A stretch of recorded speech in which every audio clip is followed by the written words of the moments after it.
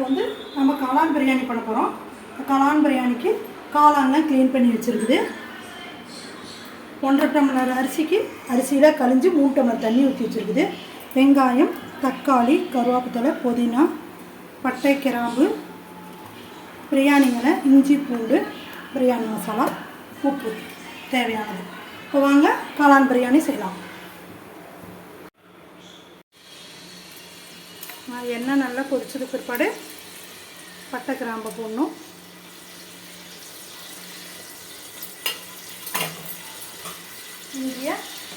இஞ்சி பூண்டு நம்ம வச்சுக்கலாம்.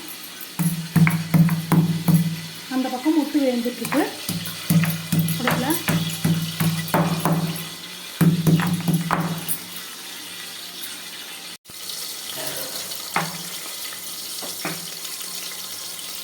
புதினா இலை கொஞ்சம் போடலாம். கருவேப்பிலை,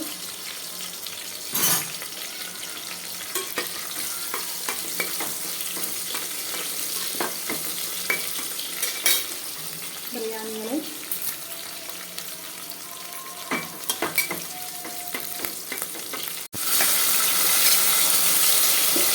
வெங்காயம்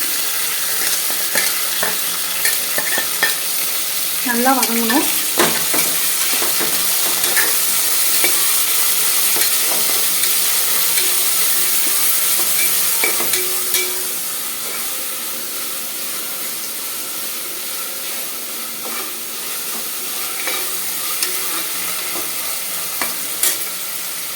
தேவையான அளவு உப்பு, பிரியாணி மசாலா,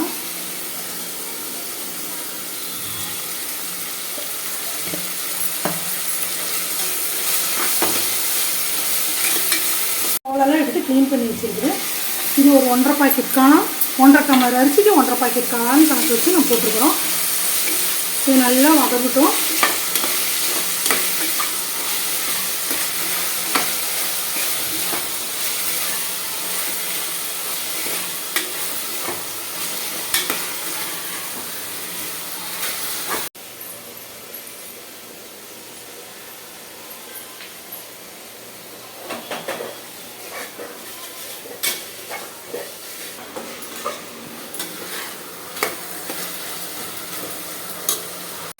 பாருங்கள், நல்லா கலர்ஃபுல்லாக இருக்குது. நம்ம வேறு எந்த இதுவும் நம்ம கலக்கலை இதில். ஆனாலும் இந்த தக்காளி, வெங்காயம், காளான் இதே பாருங்கள் நல்லா எண்ணெயில் வதங்கிறது. நல்ல ஒரு கலர்ஃபுல்லாக இருக்குது.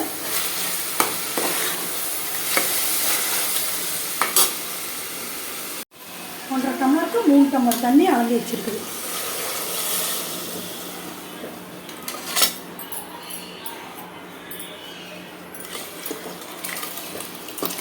கொதிக்குது பாருங்கள் நல்லா தலப்பலான்னு கொதிக்குது.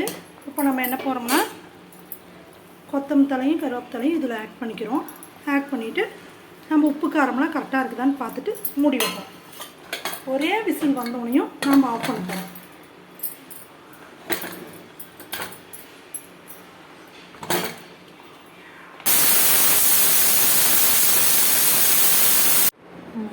இப்போ பாருங்கள், சூப்பரான சுவையான காளான் பிரியாணி ரெடி. இப்படி தான் இருக்கும். நாம் வந்து இதை வந்து இப்படி கலரி விடணும்.